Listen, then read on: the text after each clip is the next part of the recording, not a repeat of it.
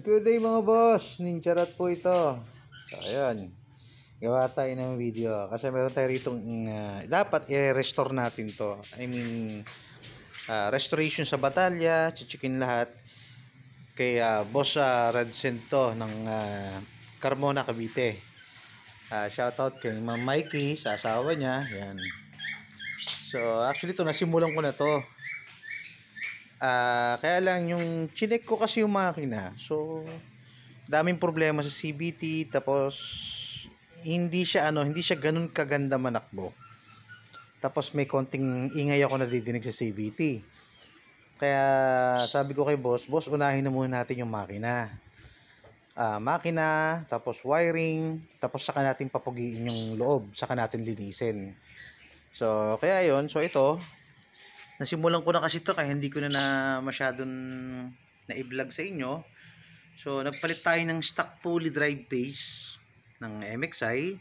Stock lang nilagay natin kasi gusto ni Bossing saka ni Madam Mikey, stock lang. Pero pagdating sa bell, konti lang naman dadagdagan niya. Naka MTRT bell na siya, kaya MTRT nilagay ko. Nagkaroon kasi ng issue yung kanyang yung bell niya. So hindi na maganda yung yung lapat niya sa lining. So madalit salita, bengkong.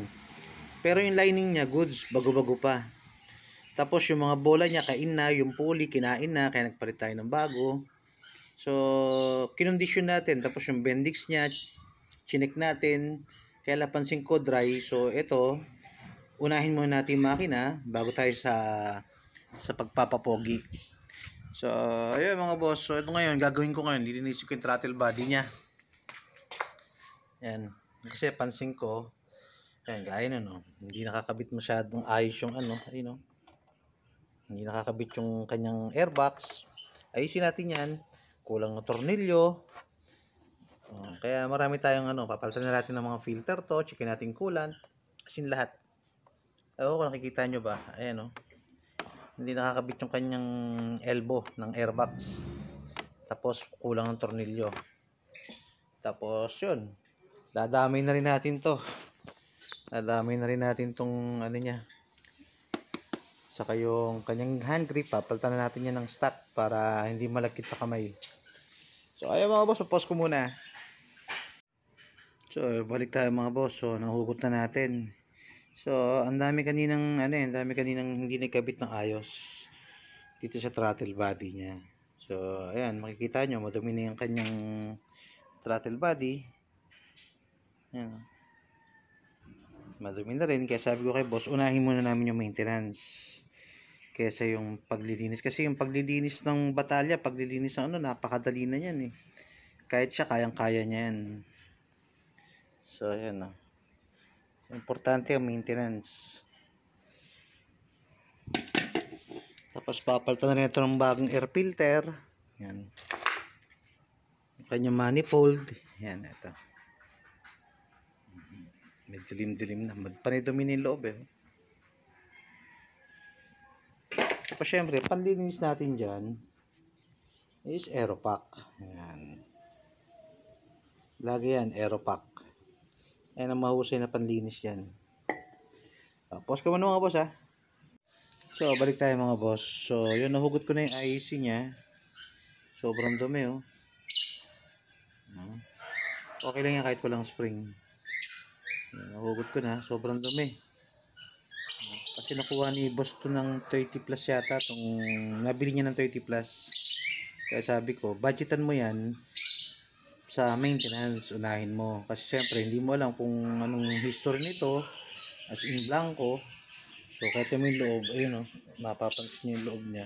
Ayun, napakadumi. Linisin ko muna mga boss Okay, so balik tayo mga boss So sinalpakan ko ng diagnostic tools. Ayun, kakalibrate ko na siya. So ayan, mababa yung niya, throttle angle position 15.3. Ang standard po niyan is 16.3. So i-adjust natin to, tapos checkin natin yung mga error. Pause ko muna, adjust ko muna 16.3. Balik tayo. So ayun, nakalibrate ko na siya. 16.3 na ang kanyang throttle position angle. Ano ba yan? TPS. Bubulol ako. Ayan, checkin natin yung iba.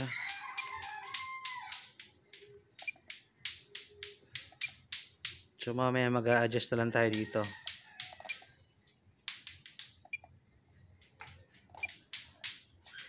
Injector. Reset natin kanyang injector. Okay. ISC naman.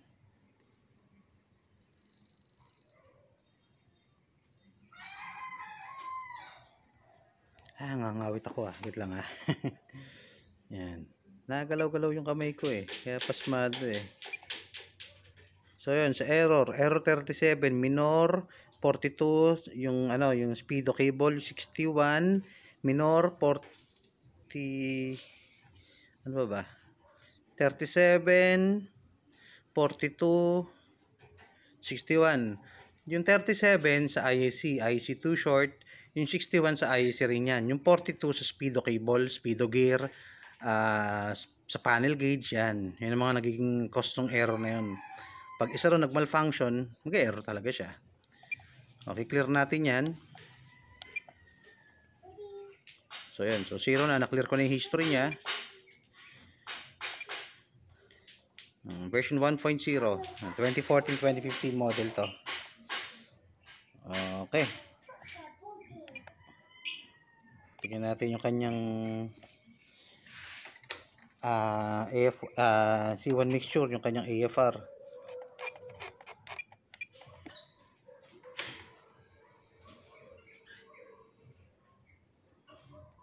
Yun, nasa -1. So siguro to ginamitan to ng pipe. Ang dapat dito naka-standard dan to ng 0. So magpa-plus tayo. So yan. Yan, dapat 0 lang siya. So nangyari kasi ginawa nila, binawasan nila ng gasolina. So binalik ko sa stock, sa standard, yung 0. So okay, exit na natin.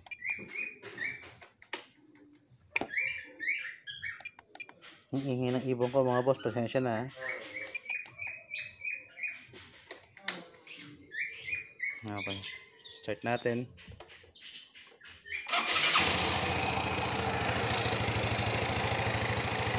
So yun. So 1600, 1500 to 1550 to 1600. Bagong linis pa kaya tataas pa yan.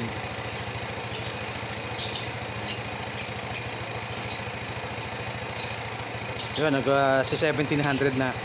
Ang standard po na minor natin is 1600, nagpa-fluctuate siya to 1700. Oh, namatay. Ilan mga boss nahugot.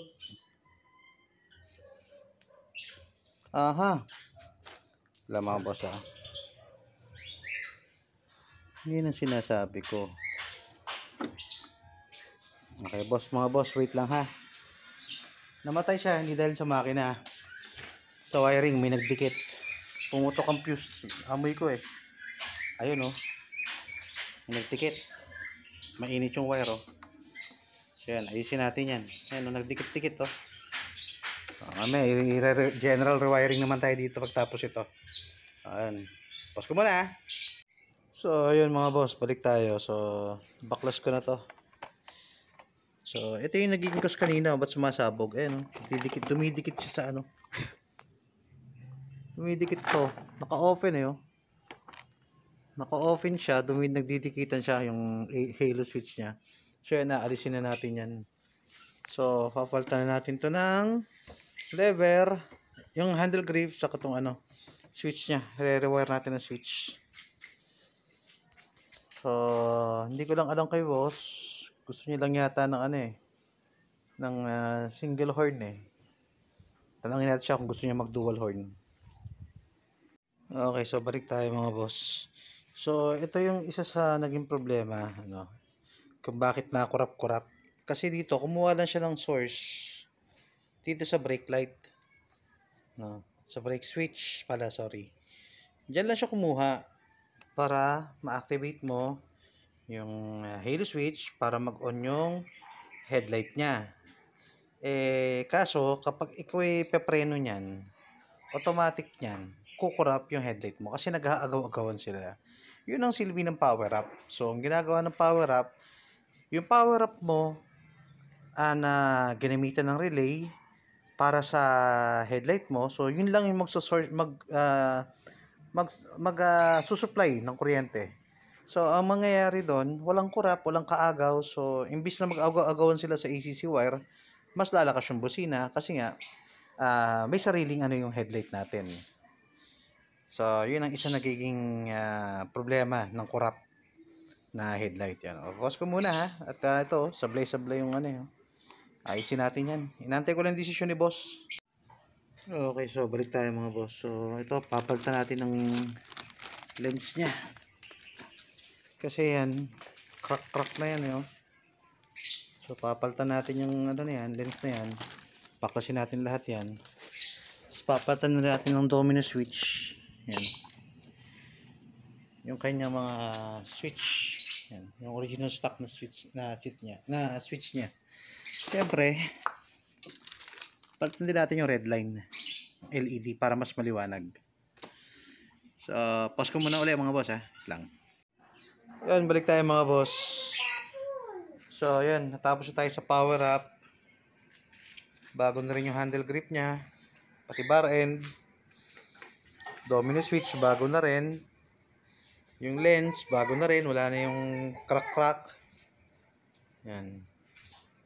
Domino switch, left and right handle grip. Tapos yung ilaw ng panel gauge niya, yan ah.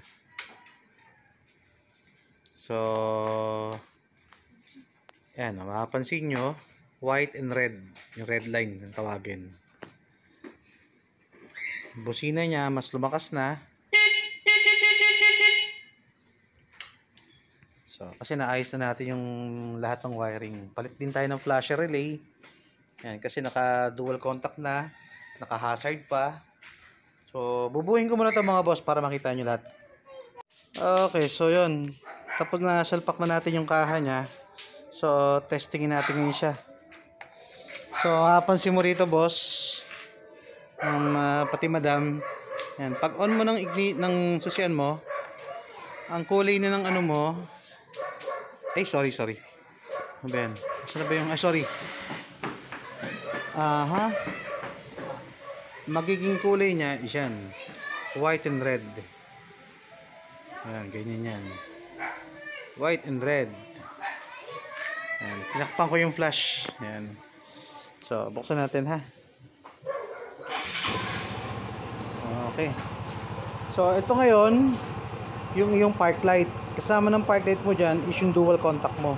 Pag on mong ganyan, automatic na yan. Yung park light mo, yung yellow, saka yung dual contact mo. Tapos, pag nag-signal light ka, ayan o. Ayan. So, ganito yun. Kapag nag-signal light ka, isang left, tapos ni right mo, mag-hazard yan. So, patayin natin. So, pag nag-left ka, ang papatayin mo dyan is yung gitna. Kita mga boss ha. Okay, so yun. So, ito pa, hindi pa ako natapos kasi yung kanyang park light bukas, ayusin ko pa. Wala pong park light yan. Pundido yan eh. Tapos yung pipe, tapos yung preno. Pagkakasahin natin yung budget ni boss dito. So, ngayon, balik tayo. So, dito naman, sa low beam mo, ito, headlight. Ang high beam mo, isa pa dito ulit. Ayan. Napansin mo? Low beam, high beam. Busina. Kung i-compare mo siya ngayon, mas lumakas yung busina mo kasi hindi na siya nakikipag-agawan sa brake light, hindi na siya nakikipag-agawan sa busina, kaya wala nang kurap yung mismong headlight mo.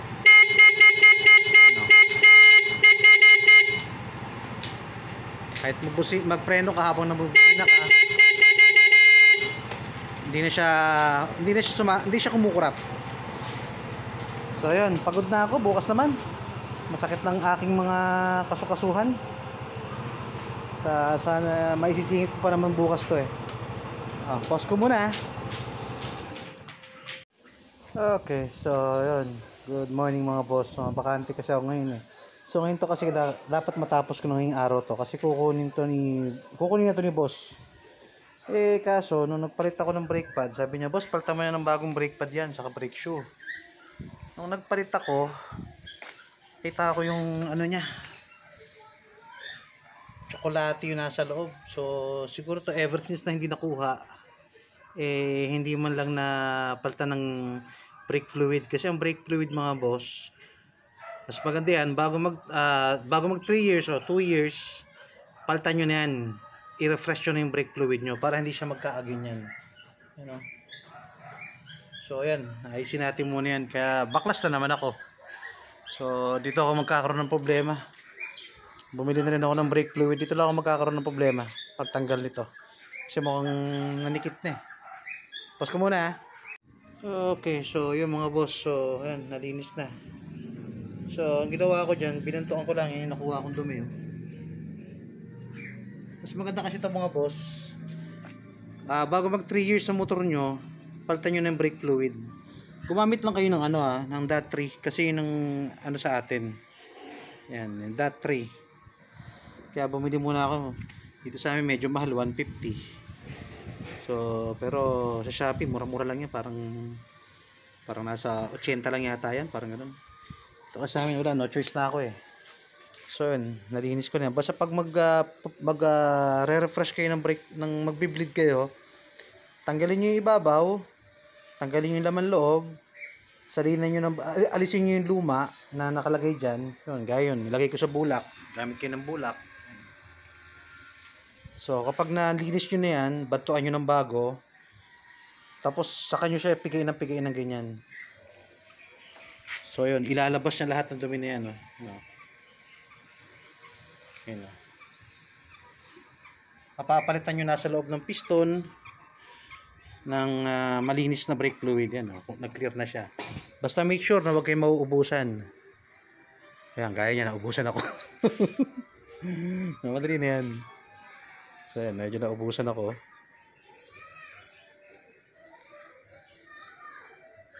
So yan. So kaya kapag ganyan na nyo na, saka kayo magsisimula mag-bleed niyan. So pag bleed medyo matagal, pipigay nyo habang nakalock dito kasi ngayon nakabukas yan eh. Sarado nyo muna yan bago nyo siya pigayin. Tapos dahan-dahan nyo yan hanggang sa may bubbles na lalabas yan. Yung bubbles na yun yung hangin. So the more na hangin yung malalabas nyo, mas maganda. So sakit lang, bleed ko lang muna. Okay, so yun, nakuha na natin yung crankcase cover nya. So ayan. So napansin ko kasi nga pala, walang element filter yung kay boss, yung sound reduction. So lalagyan natin siya. Ito yung code nya mga boss. Basa lang yung kamay ko boss kaya basa yung plastic, pero silyado yan. Yan ang code natin. So, screenshot yun na lang. Pause ko muna Ayan, pinaka-wash muna natin boss.